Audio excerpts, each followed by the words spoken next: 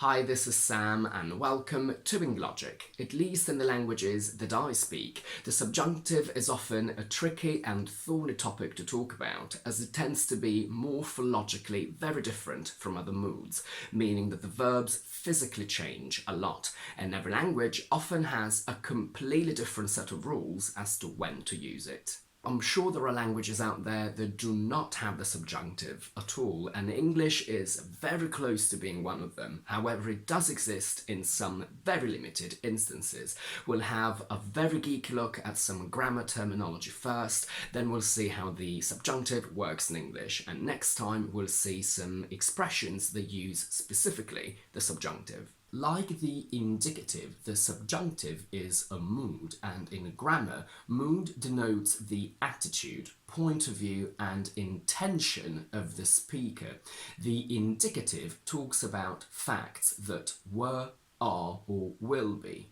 I eat pizza every day, that's a fact. She ate pizza yesterday, that's a fact. We will eat pizza when we go on holiday, that's a fact.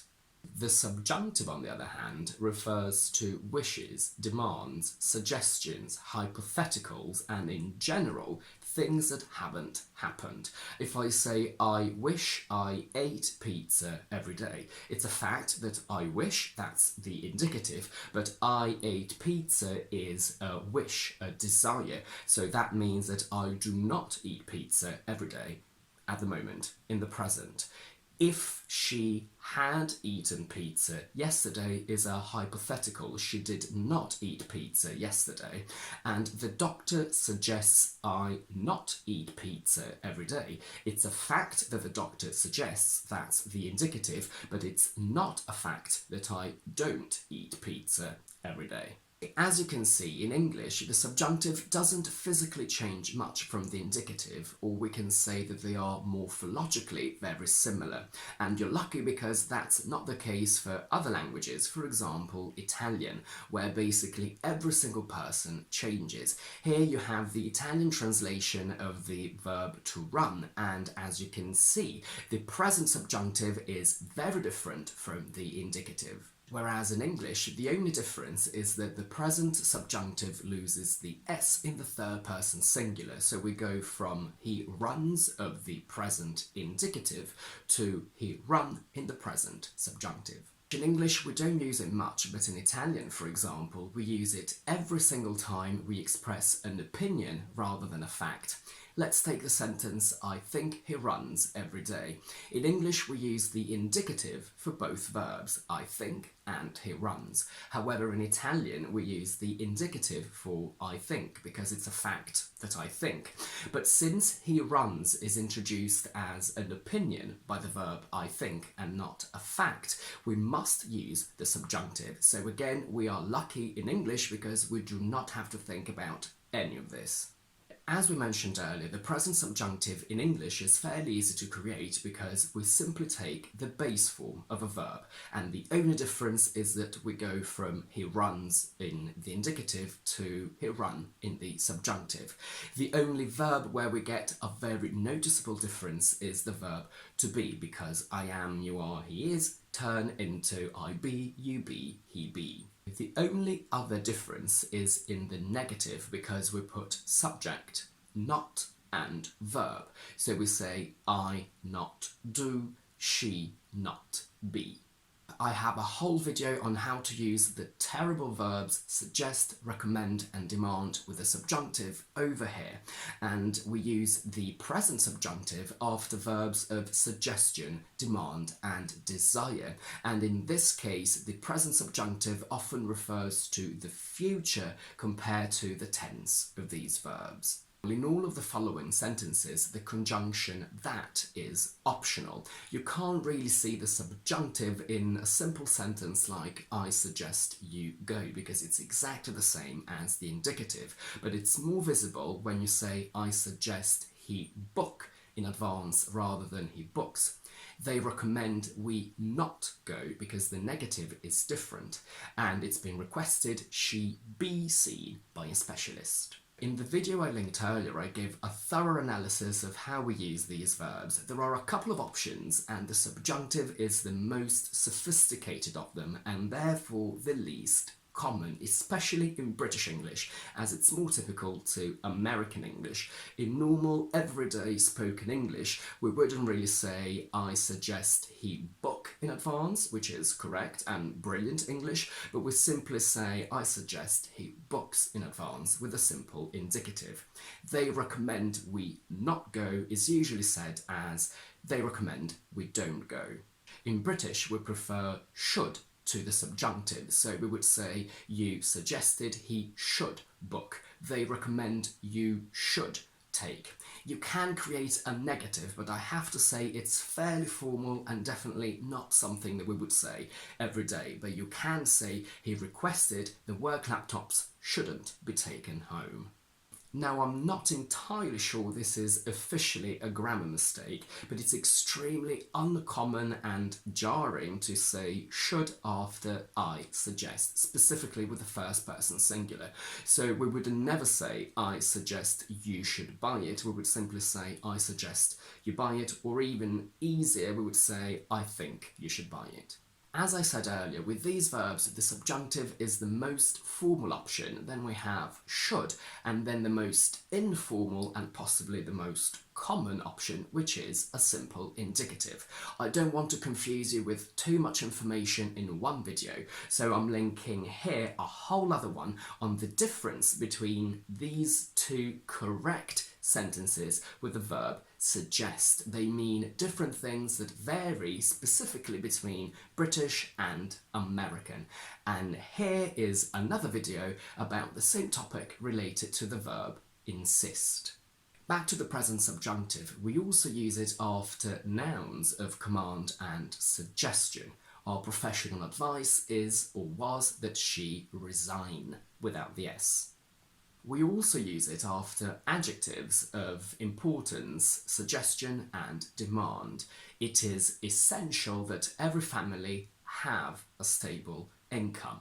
We were determined that our money not be found. As a quick recap, from most to least sophisticated, we say our professional advice is that she resign.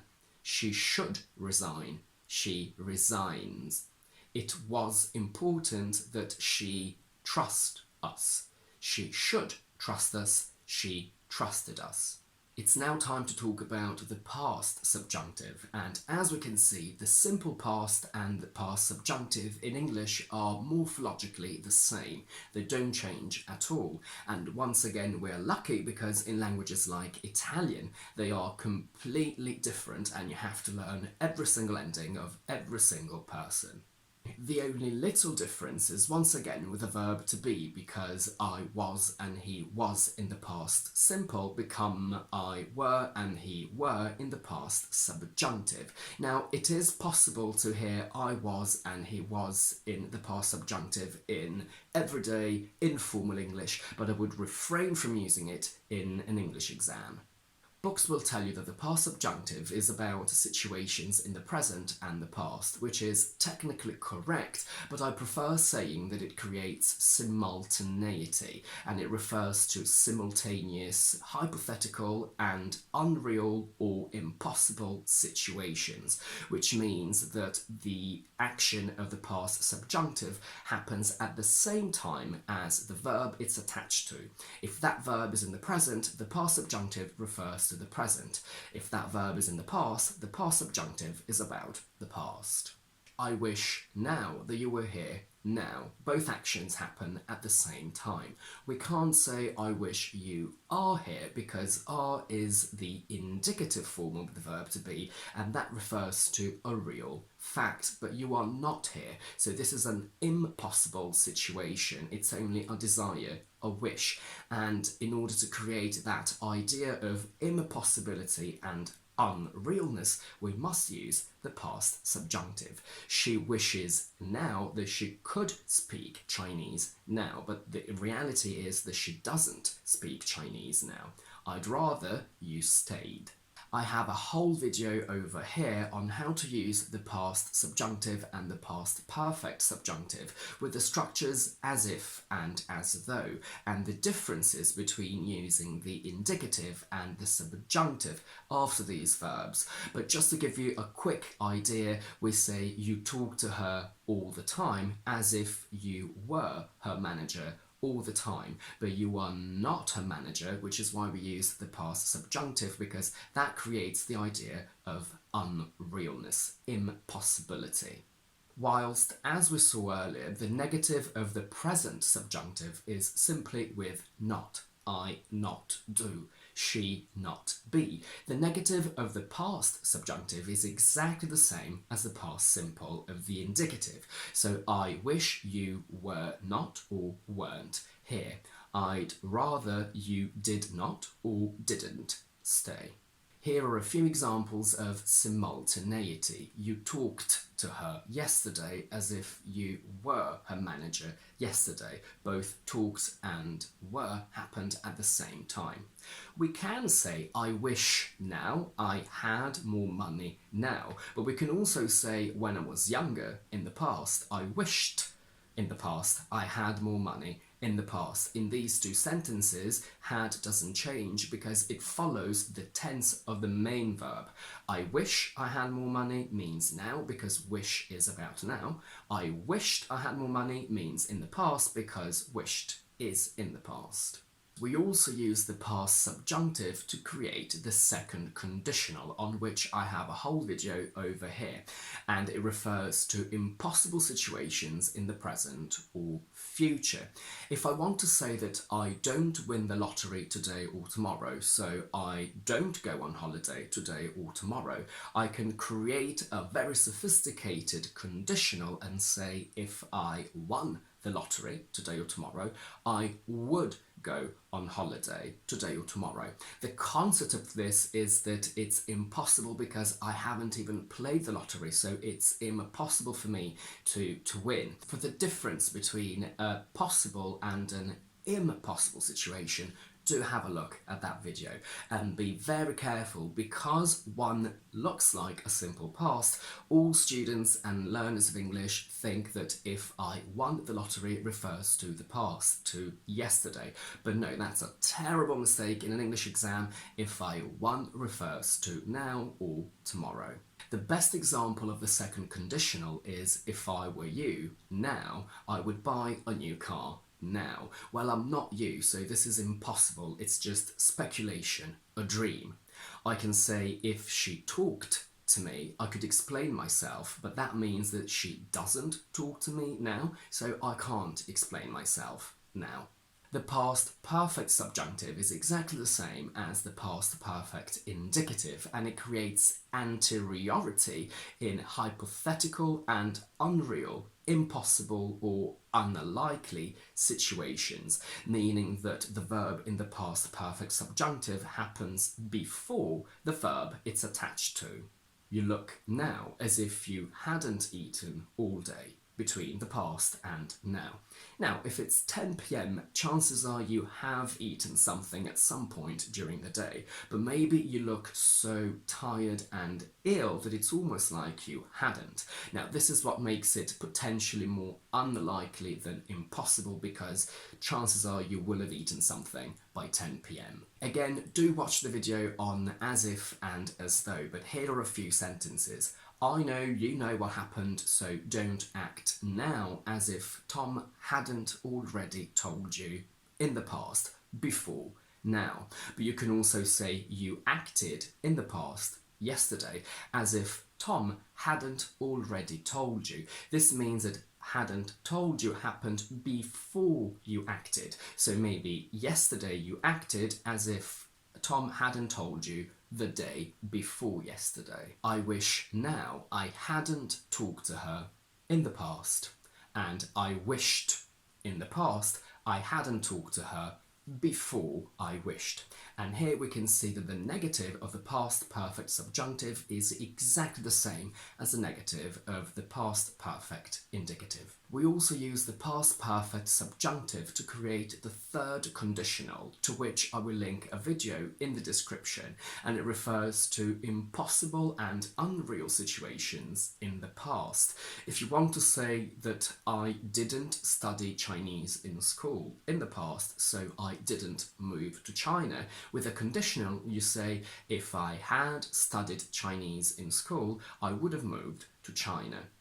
If you had asked me for help, I would have given you a hand, means that you didn't ask me for help, so I didn't give you a hand. And that's it for today. If you like this video, please don't forget to give it a thumbs up and to subscribe to my channel down below. And do let me know in the comments if you have any questions or observations about the subjunctive in general. And don't forget to watch my next video on the expressions and constructions they use, specifically the subjunctive. In the meantime, I will see you next Tuesday with another explanation video.